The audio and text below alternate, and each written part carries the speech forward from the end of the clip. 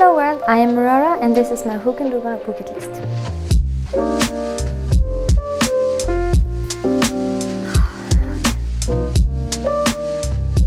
So the first book on my bucket list is The Name of the Wind by Patrick Rothfuss. It's actually one of my favorite books I've ever read. He's one of my favorite writers in the whole world. It's like poetry, or actually the first 100 pages are extremely boring. In fact, so boring that you might want to rather die than to finish the book. But keep going, push yourself through the first 100 pages and then it becomes the best book in the whole world. It's true. I got through the first 100 pages of this book because a friend told me that get through them because it becomes the most amazing thing. I just knew it in my heart. It's completely wonderful. And I do find time on tour in between all the traveling and working because what I love about books is that you can jump in and out of them, out of these worlds. It's like time traveling. It is the magical thing about books that you can go in and out of them whenever you like. So I find it very easy to find time. And it's so cool too. And the second book on my bucket list is The Ocean at the End of the Lane by Neil Gaiman. He has such personality and whimsicalness in his writing, which I really like, and also a lot of humor, which makes even the heaviest books of his seem light-hearted as well, which I really like, so it's quite easy to read them, I find. The Ocean at the End of the Lane is a beautiful, strange tale. I feel like this book did remind me of some of the playfulness and whimsicalness and fantasy you do have as a child, and which the world kind of tries to make you forget because it forms us into adults so we can function in this world. But I feel like this book is a very good reminder to enjoy and take care of that whimsical and fantasy and childish part of yourself. It makes you want to be really kind to your inner child, and it's really exciting too. It's quite scary at times. Just hear it. A dead man on the backseat of the car, on warm milk at the farmhouse, an ancient little girl, and an old woman who saw the moon being made. You can already tell that it's just the most magical thing. An ancient little girl is so cool. So this is the first book of the Mistborn trilogy by Brandon Sanderson. It's a really cool universe. It's kind of in the same headspace as Lord of the Rings or Harry Potter or Star Wars, because it has quite a clear world and a very its own universe, which is really exciting to jump into. It even has its own physics and its own magic that just exists in this world that is kind of normal, and it's really cool. It's kind of that if people eat or drink metal, they can get these abilities, and then maybe they have the ability to do all of the powers and not only one. So it's really exciting. It's a book I started reading 3 years ago on tour, and I had a period in my life where I didn't read a book for like 4 years. And these books kind of brought me back. So if you feel the same, if you've been a bit distant from it, because the world do take us away a lot from the things we used to do because of the internet and our phones and stuff. So this is a really good book that keeps you really excited because it's brilliant and it's easy to read, and it will make you feel better in life, I think, than to spend time on your phones. I would really recommend reading these books because they're also really good. And it's written in third person, which I really like, because then you can jump between the characters and follow all the stories that happens simultaneously.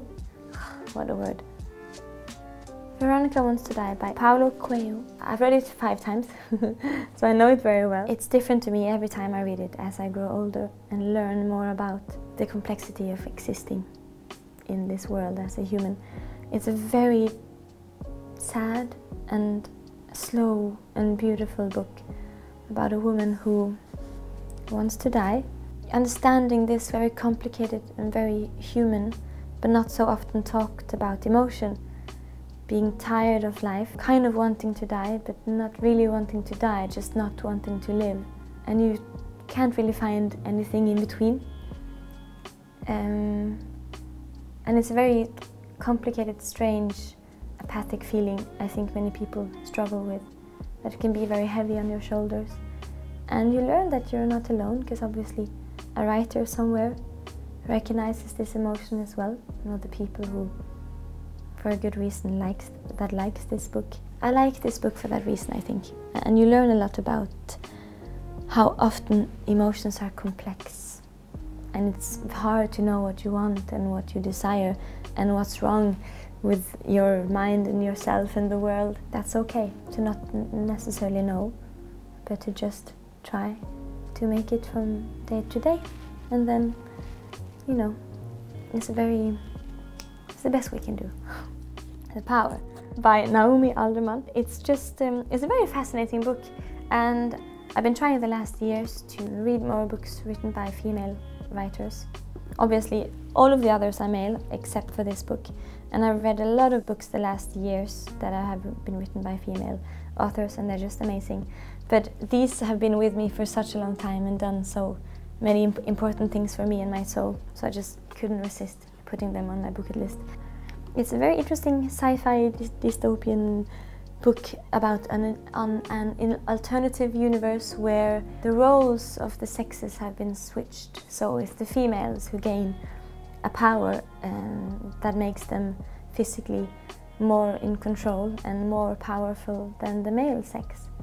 And what happens to the world if women could use force and power and fear the same way as men can, if they choose to, and if they will do it or not. I will not tell you, you will read a book.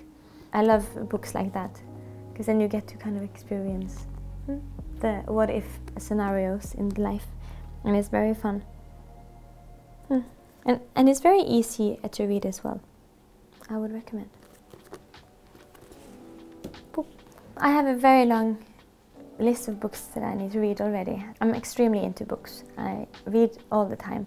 So I'm always on the hunt. And I often just walk past the book aisle, feeling the books with my hand, and I stop. And then I take the book that I stop on and try to discover something magical by accident, because you never know. The last book on my bucket list is Kafka on the Shore by Haruki Murakami. And he's a wonderful writer. I really enjoy his work. I have the same version at home. I bought it because of all of these are actually the same versions that I have at home as well, in my bookshelf.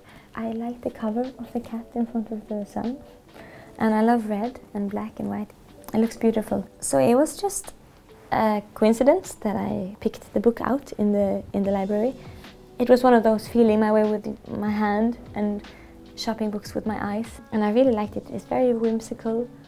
It deals with like realism, but also imagination, sexuality, absurdity. It has an old man who can communicate with cats in it. How can that be wrong? It's a very strange and nice story, and I would really recommend it. And I would actually recommend all of his books. His universe is a very whimsical and artistic and beautiful universe to dive into sometimes. I love reading physical books that I can hold in my hand. I don't know why, but I feel very cute while reading them, sitting somewhere. And I love feeling cute, it makes me feel wonderful. And the smell and the pages. Yeah, I really love reading physical books. But sometimes when I can't sleep, I love to listen to audiobooks or System of a Down. I don't know why, but they really help me sleep. Falling asleep to violent pornography every night. The song, not actual violent pornography. Just to clarify. Well, thank you for watching and listening to my bucket list. If you have forgotten how fun it is to read and how much joy it brings to life independently in yourself, you're never alone when you have a book. You always have friends. You can go to cafes alone, travel alone, spend time alone, and never feel lonely when you have a book. So it's the greatest gift and greatest friend. And I would really recommend just starting reading again if you've had a time now without. Because it brings so much magic to life when you're into it. It's just amazing. I'm gonna sign a few of these and you can get them. I'm gonna take this one home because I don't have this version. You can have the other ones. Peace out.